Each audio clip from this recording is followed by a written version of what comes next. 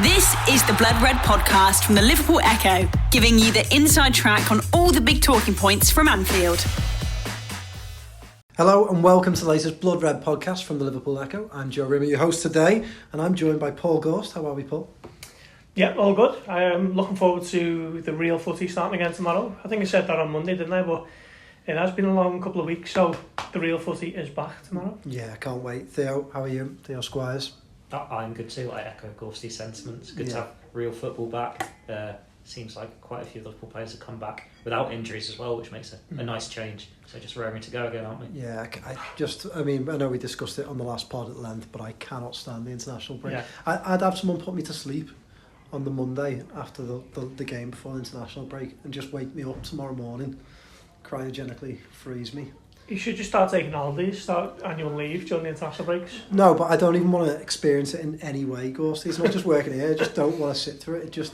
It's just I don't mind the summer, but the international break. Yeah, it's that anticipation. It does feel like, obviously speaking with our Liverpool hats on, but it does feel like there's loads, doesn't there? Like there's one next month, isn't there? They just never stop. They're relentless. Yeah, and I don't know. Other than Ian Doyle, find me someone who's interested. Because Theo, maybe. Theo. Theo. Do you enjoy them? Do you enjoy them as an England fan? Do you sit there and go, there's two games? Yeah, I didn't watch any of the friendly. I didn't watch any of the qualifiers. I only watch them when it's national finals every 2 years. That's about as much as the stomach. Yeah, it's hard going, but we won't bore podcast listeners with any more international talk. We will talk about the real stuff, and the real stuff sort of gets underway today, doesn't it, with the press conference. Gorsty, Theo, you were both there. Sort of up and down Klopp, but I'd say he was pretty upbeat throughout, really. In the main, yeah. So a little bit of bad injury news, but a little bit of good injury news. Talk us through it, Gorsty. Yeah, so obviously we've seen pictures of Thiago, didn't we, at the AXA yesterday, and Trent, and one or two murmurs that maybe they're ahead of schedule, but it doesn't seem that way. Klopp said Trent wasn't a serious one before the break, and he kind of reiterated that today, so that doesn't seem as if it's too bad. Wouldn't expect him to feature against Lask next week, maybe West Ham for him. Konate is back. That's a big thing. He's trained twice this week, and that's normally the rule for Klopp, isn't it? Once you get 2 sessions with the first team under your belt, then you're considered for the game. So he might start tomorrow. Nunes, he didn't seem too worried on that, and didn't even really seem to know that Gerald Kwanzaa was taken out of the final effort England duty either, so didn't sound like that's anything to worry about either. So yeah, all in all, I think it was a pretty positive update on the injury front. He seemed to be quite enthusiastic about Ryan Gravenberch and generally most things, apart from being asked right at the end, wasn't he, about the 12:30 kickoffs, which Liverpool have a pretty poor recent record from. And he wasn't too happy that they've obviously been given the slot again, given that he had players like Alexis McAllister who were playing, as he called it, in the breakout section in the mountains in Bolivia. And he only got back this morning. Was it this morning? Yesterday morning. 4 o'clock in the morning. Yeah. One was 4 a.m, the other was 9 a.m. Yeah. So that's not ideal. But generally, I think Liverpool are coming into this one in decent nick. Yeah, I mean, Theo, there seems to be. I mean, look, his mood could change if the form changes, let's face it, and Liverpool have started the season well. But there seemed to be a bounce about Klopp again. He talked, didn't he, about how I'm treating it like year one, and this is a new team. And to be fair, I think that was probably one of the most positive and the most forward-thinking things I've heard Klopp say for the past year or so. Because, let's face it, after the final in Paris, there was a bit of a hangover at Liverpool. It rolled into last season, and last season, from everyone's point of view, was a slog. But what do you think? Do you feel like there's a buoyancy around the club again, around the manager? It feels like it, doesn't it? Like it's a very fresh, younger team. Like it's the start of that journey again, and that's why Jurgen Klopp signed his new contract in the first place, to get into this stage of it. So it's not just handing the keys over to the next manager. It's so he's overseeing that step. Last year it was a bit of a transition, wasn't it? You had players that probably overstayed their welcome a little bit. They didn't all move on. We've seen quite a few of them go in the summer, and it's just exciting when you're seeing Szoboszlai come in and make an impact straight away. McAllister's done a really good job coming in. Gravenberch seems to have got them excited behind the scenes as well. And this is what they want to see. They want to see Curtis Jones stepping up and being a first team regular. They want to see Bajcetic come from the academy, and Harvey Elliott and Bendo, all these players come through. That's the excitement in it. Like they've won everything with the greatest Liverpool team of our generation that we've seen, but they're more excited about, well, what comes next? Can we go better again? And while it's steps one, you don't really know what they're going to achieve this year. At the moment, if you want to base it off 4 games, they're the second, third best team in the league. So I think this is only step one. This is what they're doing now. What are they going to do when those players who are now 21, 22, 23, when they're actually hitting the peak of their powers? Because when the last Liverpool side were hitting the peak of the powers, they were champions of England, champions of Europe and champions of the world. Yeah, I mean, of course, there's quite a lot to unpick from this press conference, I thought. Yeah. Probably the best one in a while. And you know, different bits and pieces. Let's start with Gravenberch. As Theo said then, Klopp seemed very enthusiastic about this player. It feels like this is somebody who Jurgen Klopp's wanted to work with for a little while now. Yeah. He's been tracking him since he was 18 at Ajax. This feels like someone that the manager's really excited to work with and to see him play. Yeah, it's funny when you speak to people at the club when they sign players, and sometimes they'll say, "We've had that eye on this fella since he was a teenager, or since he was." Minamino's the one who kind of jumps out. You know, Liverpool were supposedly tracking him in his days of Cherry Osaka in Japan. I probably butchered the pronunciation there, but ultimately we just felt that they discovered the release clause at Salzburg and brought him in. But get the feeling with Gravenberch that, you know, when they say those types of things, that they're not just embellishing. You know, this is a lad who played against Liverpool 3 years ago in the Champions League, home and away, and was a real emerging prospect of Dutch football. And me and Theo were just saying there on the way back from the press conference, if he doesn't have that year at Bayern Munich where he doesn't really get in the team, and he's just coming to Liverpool this summer from Ajax, you're looking at it thinking, you know, what a player this lad's going to be. And you know, Klopp said in the breakout section, just me and a handful of other reporters, that it's not really he's not arriving at Liverpool on a massive downer. You know, that not really getting in the team at Bayern Munich is no major slight, and that's something that can happen to anyone. It's just part of a young player's career and development. So I think in the long term, Liverpool have got massive hopes for him. I don't really think there's an idea of where he might play at the moment. I think they think he's a good player, just get him in and they'll build, you know, a position for him, whether that's long term as a number 6, as a number 8, and Klopp even suggested he can play as a number 10. So yeah, he seems massively enthusiastic about working with him, and I think he's already, you know, made the good call to snug the 21s and basically get his off the field stuff in order, you know, buying a car, buying a house or renting a house, whatever he's doing. And having a good solid couple of weeks of training in his new surroundings, because, you know, he only signed on the Friday. We were here a couple of weeks back, weren't we, doing a Deadline Day podcast. He only signed then, and, you know, had he gone on international duty a couple of days later, he would have only got back yesterday or whatever. And, you know, that is just such a kind of whirlwind couple of weeks. So he's probably taken the right decision for himself long term, and I think Liverpool are really, you know, happy about that and what he can bring. And we all like to see Ronald Koeman in a bit of a mood, don't we? I don't mind that at all. I mean, it's a bit of a lazy comparison there, but there is, it just, to me, there's just something of a Wijnaldum. You know, also a similar player that they bought from Newcastle, recognised that he had great ability, but probably didn't buy Wijnaldum from Newcastle thinking we'll play him in a more conservative style. You know, he was a bit more of an attacker at Newcastle, came to Liverpool to be a man who could play in all different roles, knitted things together. Do you get that feeling? Is that's something they've done with Gravenberch? Potentially, yeah. Like, that's what Klopp was saying when he was going through all his attributes. He's someone who's good in small spaces, he's good in large spaces, he's good at winning the ball back, pressing, dribbling, passing, shooting. Sounds like the perfect footballer, doesn't he? This is what you're looking for, and like you're doing your ultimate team on. And he's 21. And he's 21. Yeah. Like when the comparisons were coming out before, probably when Liverpool being linked with him before he went by, and it was, he's going to be like another Paul Pogba or something, before it all went a little bit wrong for Paul Pogba. But you can see why those are comparisons there, because he's a big lad, he's this powerful midfielder, and it didn't happen for him at Bayern, let's be honest. He only started, I think, 5 times in Bundesliga and the Champions League this year before he came to Liverpool. Was it, 9-minute substitute actually? Yeah. He hadn't started in pre-season, but that means he's got a point to prove. He'll be itching to go here and just make that point. It's whether he's up to speed to start tomorrow, that's the question there. But he's still got to go and say, Bayern didn't happen, but this doesn't define me. I can go and do it at a different big club. Like, we've seen a few players come from that Ajax academy in recent years and they've come straight to the Premier League, and it's not quite happened for them. A few at Manchester United or Everton. So hopefully a different club in the Northwest with a manager that's definitely wanted this player for a number of years is a better fit. And it just seems that from the conversations they've had behind the scenes that they're all on the same page. Like, they've got a clear role for him in mind. he fits with the formation, and when he is someone that clearly took Klopp's eye back in, what we're talking, 2020, 2021, like he was one of the standout players for them at Anfield when Liverpool, I think, 1-0 with Curtis Jones scoring. You just want him to build on that. That was his first taste of Anfield, and that was no fans in that one. So he's just going to be excited to get going for Liverpool Football Club properly. Yeah, well, just sticking with you, Theo, for just a second.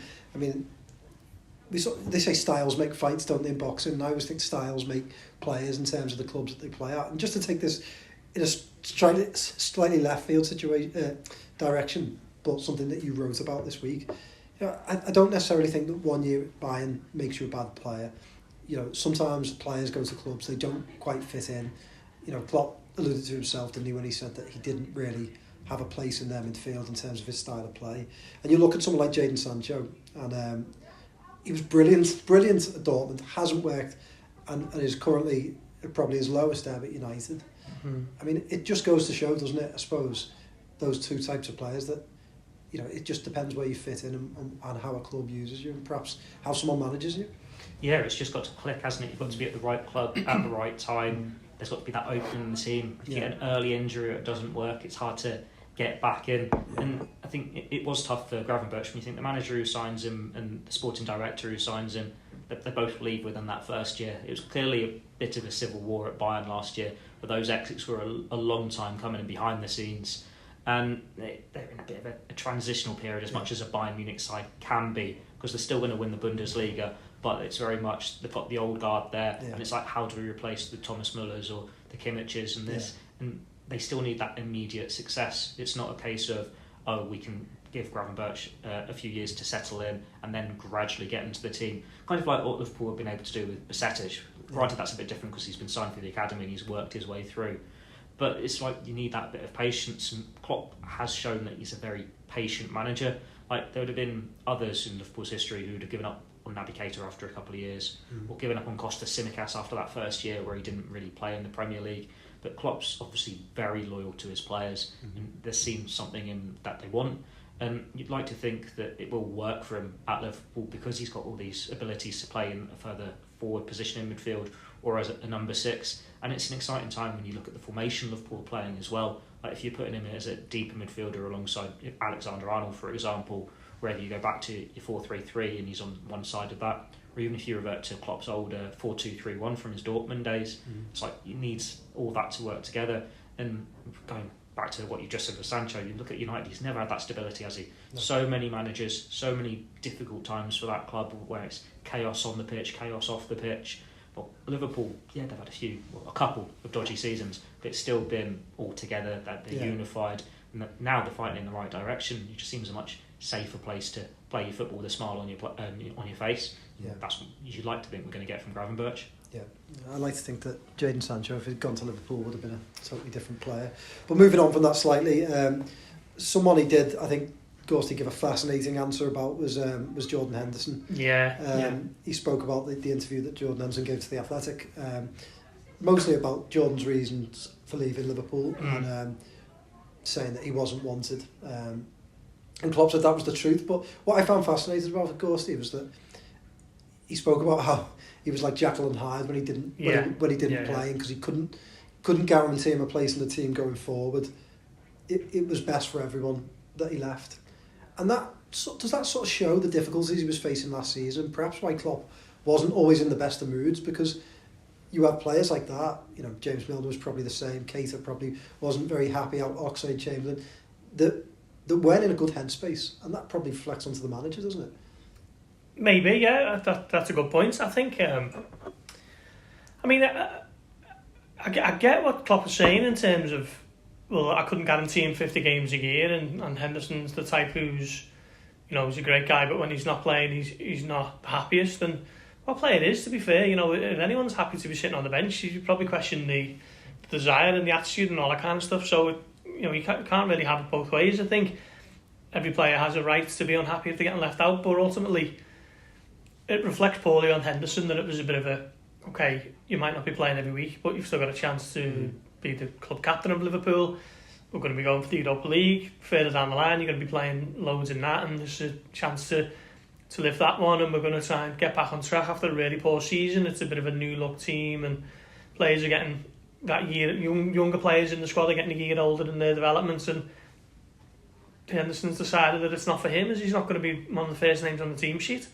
So, you know, that's obviously his prerogative and his choice, but I still feel that Liverpool could have had a place in the squad for Jordan Henderson. You know, the James Milner role, if you like, of filling in as and when he's needed, and then maybe back yourself that you're good enough to force a rethink from the manager to the point where, okay, maybe I've been a bit hasty, maybe he's not totally over the hill and there's still opportunities for him to start, but as it's happened, it's panned out the way it has, and he's gone to play in a league that's so far below the Premier League it's untrue, and that's before you even get into the model issues, which you've talked at length. Yeah. I'm not really going to go back into those, but yeah, it was interesting when he said there's no bad blood. Don't expect him to kind of pan Henderson, and don't expect Henderson to criticise Klopp either in the interview he gave to The Athletic, but I don't think it would have been as cordial as it was all made out. Yeah, you know, this is very... Sorry, it felt in it, they sort of no bad blood, but a sense of frustration, I think, with the way it panned out. Yeah, certainly from both perspectives, really. Maybe Henderson thinks after 12 years at the club, was it 12 years? Yeah, 12 years as the club captain who's won everything, maybe deserved more leeway to be starting games. Maybe Klopp's thinking, I'm bringing in Dom Szoboszlai who can play in your position, who's 10 years younger and, you know, looks an absolute world beater. You know, you're going to have to compete with him now, and that's just how great teams evolve, isn't it? You know, Ferguson did it for years at United, Wenger did it for years at Arsenal. It's just how teams evolve, and that is what makes great teams great. You know, the fact that you can keep replenishing and rebuilding, and for Henderson, he's decided that maybe it wasn't for him. It's a funny situation, because you make a good point there, I think, about United and Arsenal, and Alex Ferguson was obviously very good at going, this guy has gone from being a good influence to a bad influence, move him on. And listening to what Klopp said and reading what Henderson said, I got the feeling that maybe within a year and going into this year, Henderson had gone from a good influence on the team to perhaps a more negative one. I'm not saying a bad influence. I'm sure he's still trained as well as anyone, and you know, kept himself in perfect shape. But perhaps and players are selfish, aren't they, in the sense that they want to play. Perhaps if he was looking to hold others back, like a Szoboszlai coming in, that's not a good thing for Liverpool. Whereas it just feels, listening to Klopp today and talk about Gravenberch and some of the younger players in the team, it felt to me like a weight had been lifted a little bit off Liverpool. Maybe, yeah. It certainly feels, I mean, it's only early going, but I think, like you touched on earlier in the pod, it just feels like it's a bit of a renewed optimism around the place, a new look team with fresh impetus and players who are coming in and they're at earlier stages in their career, they're hungry and they want to kind of make a statement. But just going back, just before I pass the mic to you, Theo, just going back to the kind of Ferguson analogy, you know, you look at the players who he moved on, you know, Van Nistelrooy, Jaap Stam, Cristiano Ronaldo, David Beckham, Roy Keane, perfect example. Every time he lost one of those players, you're looking at it thinking, United might struggle here. You know, they've lost a big player, and I don't get the sense that Henderson is the same in that same bracket. No, he's not. What I find about the Henderson thing, Theo, is like, I read his quotes, and you look at Klopp's, and I listened to the Guardian podcast the other day, and they were talking about Henderson and how players are in a bubble, and I thought, like, does Jordan Henderson at the age of 33 actually, in June, 33, having captained Liverpool for 12 years, won everything, seen everything in football, really need his manager and other people at the club to say, Jordan, you're important? I mean, and does he also, could he not accept that perhaps, he's 33, he's not 23, he's not going to play as much, and that isn't a knock on his abilities, that is just the natural lifespan of a footballer, isn't it, and their career, and I find it incredibly odd that some players struggle to accept that. And I'll you know, honestly, I think he can go and play 35, 40 games for Al Ettifaq, and playing one game for Liverpool this season is better for me than playing 35 games for Al Ettifaq. And I might say that as someone who supports Liverpool, but I'm sure I'm not the only one who would think that way. I find the whole situation very bizarre that someone who's captain Liverpool could turn like that. I suppose in football, like there's quite an insecurity in there, isn't there? Yeah. Making these young boys millionaires overnight, and they're growing up in the media spotlight, being told how great they are, they're winning everything, they can buy anything they want, and then suddenly the next young thing has come along and it's taken their place, and there's that pressure on them there, and they're not as loved anymore. Not everyone's telling them how great they are. They're actually saying, your time's up now, you're on your way out. You've got to be very strong mentally to not have that. And we see like Cristiano Ronaldo, he's probably that perfect example, where he doesn't care what you think, what you say, he is what he is. It's one of the things you can actually praise him for, and he's got that self-confidence, comes across as arrogance. But there are others like Henderson where there is that insecurity there. Like Steven Gerrard had that insecurity. That's part of the reason why he went when he did. Well, granted, he was a much more gifted player than Henderson, so Liverpool got a few more years out of him. It feels a bit more different with Liverpool, because through this great generation, this side, they've milked everything out of them, haven't they? Yeah. When Fergie was getting rid of players at United, it was, they've probably got 2-3 years left in them, but just don't want you. We want to build for the future, and it was more about the club. Whereas Liverpool, because it's been 30 years since they won the league, it's like they'll celebrate every single one of these players, no matter how big or small their contribution was. Like, let's be honest, if Firmino and Milner weren't going at the end of last season, Keita and Oxlade-Chamberlain probably don't get that nice send-off that they do in front of everyone. It's just because they're going as a group. But you need to be a bit more mature about it. Maybe for Jordan Henderson, he could have done it a year and said, this isn't for me. Like, he would have played in the Europa League, he would have played in the Premier League games. Like, look how Liverpool started the season. He starts that game against Chelsea as the holding midfielder, probably starts the next one against Bournemouth, because you'd imagine they don't sign Endo if he's still around. But then, if he's maybe a bit stale, he's been at the club 12 years, this is what he's used to, and he's not happy about it. In Endo, they've signed a player who's now got an opportunity he never thought he'd have. He might be 30, but he is now going to be just happy to be there, wanting to give his absolute all, as Henderson himself had to do when they were trying to offload him to Fulham back in 2011, whenever it was. So it does feel now like the time was right for both. Like, with hindsight, you can look back and be a bit more ruthless about how they've done this with the squad. Like, they could have got rid of some of these players after winning the Premier League. Because remember, there was that quote after they won the Champions League when Klopp was getting criticised for not signing anyone else. And he says, this squad deserves another year. They had another year, they won the Premier League, and it's like, they're legends now, we can't split them up. Maybe they should have moved a few of them on a bit sooner to that. The midfield process should have started earlier, shouldn't it? I think there should have been maybe some more ruthless decisions. But I think it looks like it's worked out in terms of the way Klopp's body language is. Gorsty, one player who will play tomorrow is Joe Gomez. It looks like he'll probably start at right back with Trent being injured. I mean, talk a bit to him, because he's obviously had an up and down time at Liverpool, but he's still very young. He's 26 in terms of defender. This is a massive opportunity. Does this feel like his final sort of, maybe not his final run of games, because he's got a season to go, and but it's his final opportunity to really stake a claim as someone who makes up the future of Liverpool? Is that fair? Yeah and no. I think if you look at it, he's the longest serving player now at Liverpool, and maybe you're looking at it thinking he hasn't been near the levels that he was at 3 years ago, when he was probably the best young centre-back in England, and he helped Liverpool massively to win the league and all that kind of stuff. But then on the flip side, he's younger than that Phillips. This is the fact that always blows my mind with Joe Gomez.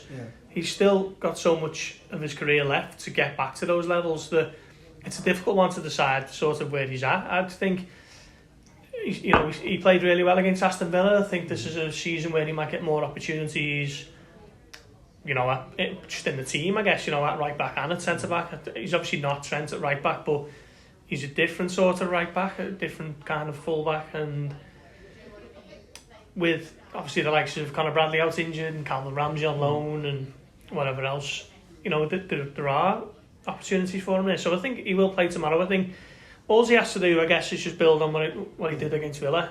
Just turn in a really solid, dependable performance and just continue to build on it, because he's probably going to play in Austria as well, isn't he? And then maybe at that point he's played 3 in a row and he's in really good form and is still in the team for West Ham. We'll see how Trent's injury develops, and obviously Van Dijk back from suspension, he wouldn't have played the Liverpool game for nearly a month. So he's got a little bit of a chance now to, like you were saying there, about Henderson showing Klopp what he can do. It's a chance for Gomez to show what he can do, because normally when he's starting the games in the last 2 years, he's looking at it thinking, well, this is only a cup game.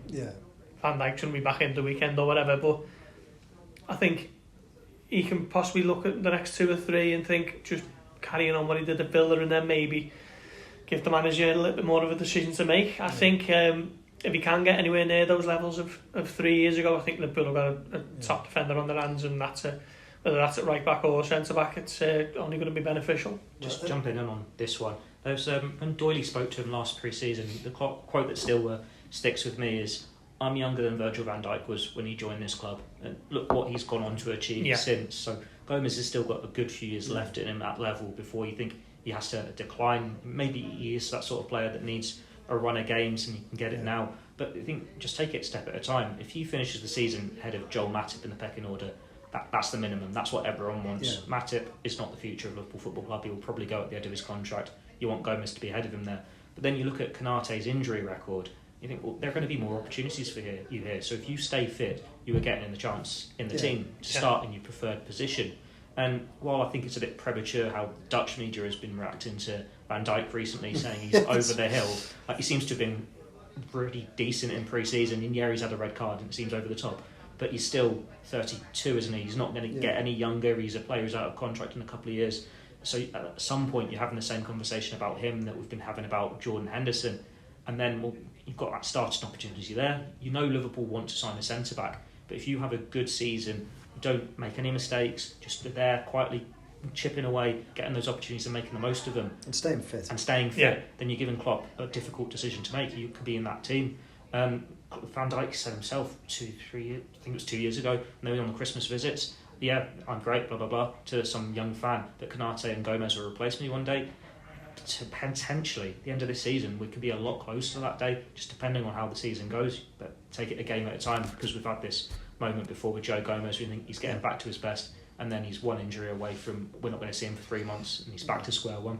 Perhaps it's more make than it is break for him then, but it does feel like an opportunity for him over the next 12 months, and it's been a promising start.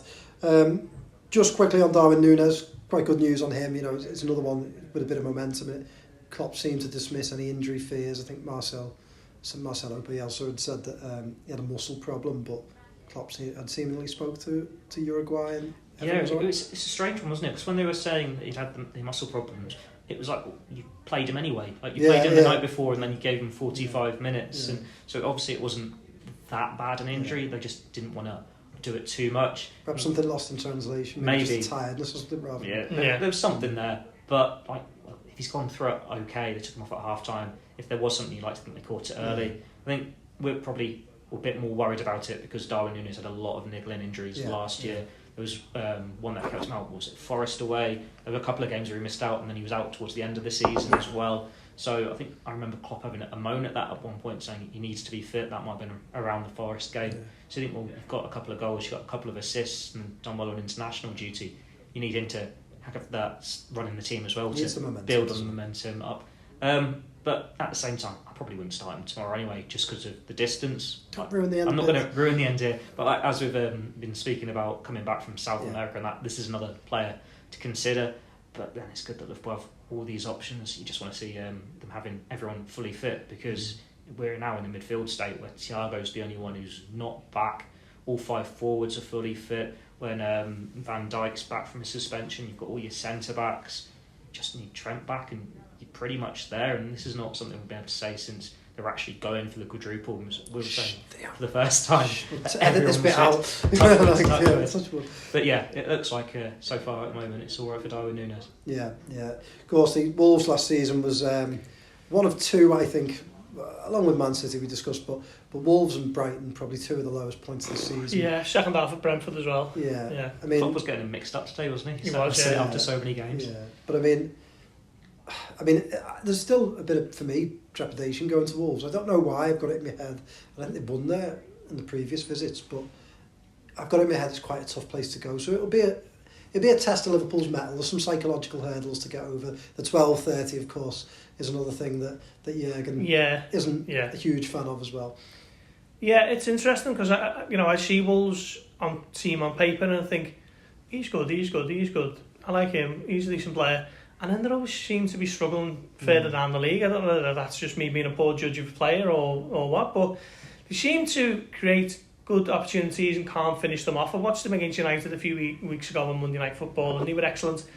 Didn't deserve to lose, probably deserved to win. They were robbed of an absolute stonewall penalty. They obviously beat Everton in a game that was being billed weirdly already as a kind of relegation. But then Everton were better than them, and they got beat by Everton. So I thought, I think a lot of people went into that game thinking Wolves would be that they'd build on the United game and be good. But then, they beat Everton, didn't they? But Everton were better than them as well. Yeah. So it's a difficult one to judge. I think ultimately, if Liverpool are serious about keeping up this momentum and the feel-good factor that's seemingly around the place at the moment, it's a difficult one because it's 12:30, and I was there at Nottingham Forest last season for the 12:30, and Liverpool were absolutely desperate and got beat, and you're coming away thinking, what's going on here? But I think Liverpool have got to show up and just take another big 3 points and come away, and then you're looking ahead just to more kind of momentum and buoyancy. Before we pick our team and make our predictions, it feels like Liverpool have got over some psychological hurdles so far this season in terms of, tested their character, Theo, and tests of perhaps where they're at as a team. They went to Stamford Bridge, tough game. They went and played a rival in Newcastle, were behind 10 men. All right, Bournemouth at home, they'd won handsomely last season, but again, they came over the 10-men hurdle. And then a challenger like Aston Villa, who people were tipping for big things, Liverpool turned them over with relative ease.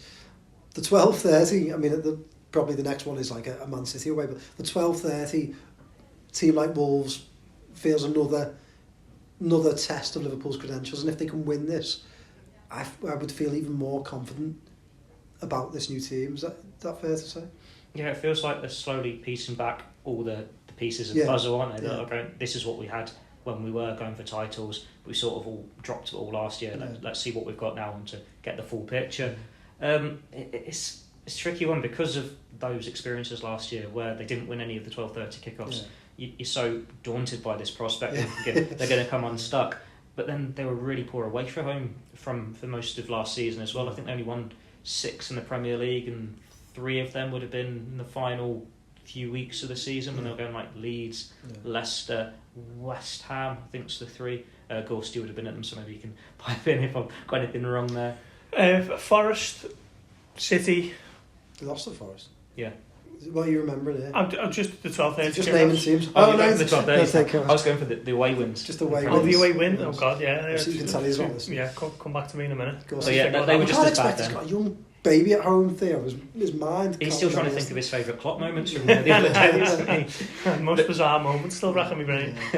But yeah, it was a tough one for Liverpool, both away from home and in the 12:30s. So that all builds up. But it's a new look Liverpool. As we've been saying for a few weeks now on these podcasts, and Klopp's been saying for a few weeks now on these press conferences, is waiting to see how far we can go, what the ceiling is for the side. Yeah. So maybe we can be positive because the midfield is so different now. Like we're going to see Szoboszlai again, potentially McAllister again. Gravenberch can make a debut. The front 5, doesn't matter which of the 3 are starting, they're as exciting as ever. Players that looked so wrecked last year, devoid of any confidence, lost all form, they're suddenly part of the picture again, whether it's a Joe Gomez or Trent to a completely different side of it. It's just, like you say, you need to overcome that next hurdle. This is why Liverpool came unstuck last year. So the beaten Newcastle, that's one. That's a team that finished above us on the table. They beat Villa quite comfortably when it was a side that drew with last season. Chelsea could have done with winning that one to give us a few more points on the board, to give us a bit more of a lift. But even so, any time Liverpool goes to Stamford Bridge is a difficult. It's always tough, definitely, especially opening day. But yeah, if you can go and get a result at Wolves in that tricky lunchtime kickoff where 3-4 players have been the other side of the planet at the very least and got the fatigue and everything, then it's like, we can go again. Then you're playing West Ham. This run of games before the next international break, you're going away to Tottenham, you're going away to Brighton. And they've got a good record at Tottenham. We all know what happened at Brighton last year as well. That is a game we align with that Wolves away game. Yeah. So in a month's time, next international break, we'll really know where Liverpool are, like how strong they are again, how well they've pieced it all back together. Yeah. Okay, well, let's pick our teams. Gorsty, Alisson Becker obviously coming back from a long trip, although he didn't play. Does he start in goal? Yeah, it's... there's not many options, is there, for the defence? I think Gomez has got to start at right back, Robertson on the left, and then Canate should be okay. He's trained this week, hasn't he? And put him next to Joel Matip. Yeah. Theo? Any arguments with that? No, I'd go for the same thing. They're going to have to be flexible formation-wise if they're sticking with the inverted setup. He hinted though, didn't he, today, that they did, because they sort of were a little bit more conservative against Villa in terms of letting Trent move around. He sort of dropped a bit deeper, didn't he?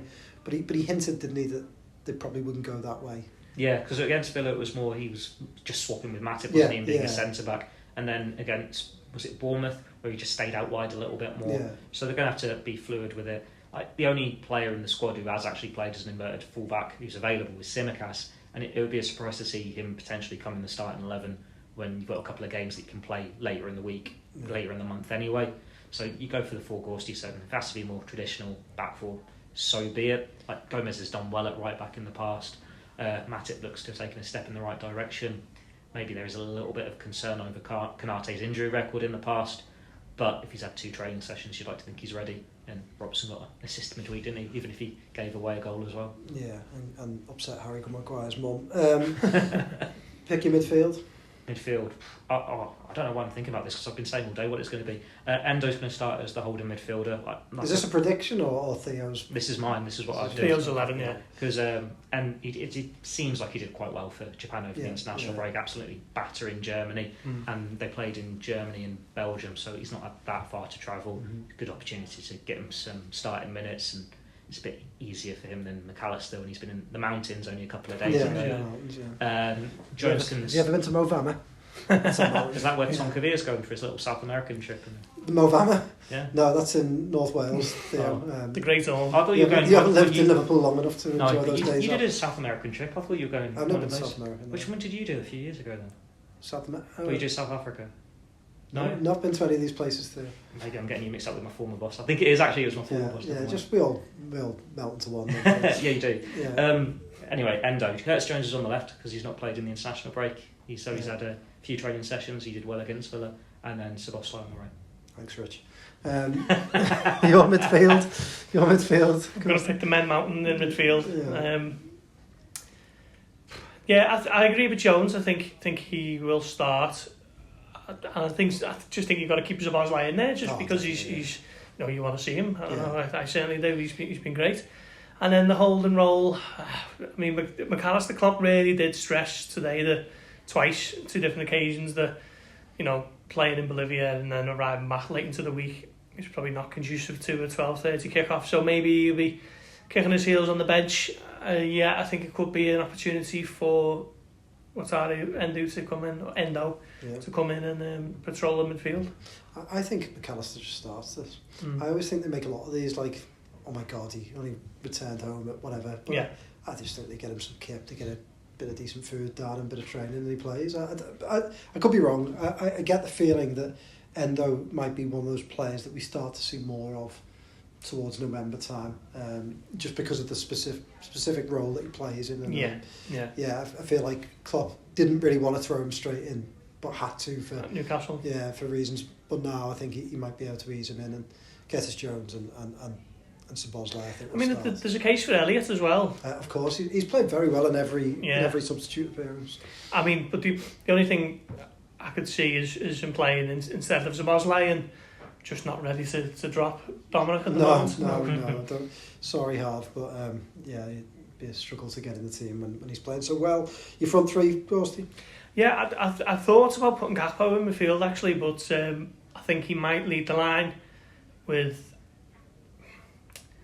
Jota on the left. I think he might give Diaz a rest, given that he was playing for Colombia, wasn't he? And Jota scored a couple against Luxembourg, so put him on the left, and then obviously Mo Salah out on the right. Theo? I'm going for the same trio. Jota can get a few goals, hopefully, against his former club at his old stomping ground. Gakpo got a couple for the Netherlands, didn't he, in the break as well, so hopefully he can kick-start the season, because he's the only Liverpool forward yet to score for the club this year. And then it's just Salah always starts on the right, doesn't he? If he's available for, I'm not going to say the big games, but the Premier League games. If you're going to rest Salah, you rest him for that Europa trip instead. Yeah, I mean, it's one of them. I am sorely tempted, if he's fit, it sounds that way, to start Núñez and just keep his momentum going. I feel like he's the sort of player that needs to just keep being built up, and obviously he got a couple of assists. He got the assists against Villa and the goal against Newcastle. I would just like to see him keep playing, whether that's possible. There's going to be at least 2 changes, you'd imagine, from the front three. It starts at the weekend, Thursday. then again for the weekend, and then again for Leicester in the Cup. So all 5 of them, you can throw Doak and Elliott in here if you want to make it a 7. They're going to play, aren't they, in the next couple of weeks? So they're going to be chances for them to start games and get goals. Yeah. Okay, we'll finish off with our predictions. Theo, start with you. Let's go for 3-1 Liverpool. Confidence? Oh, I'm not that confident. I think Liverpool will nudge it 1-0.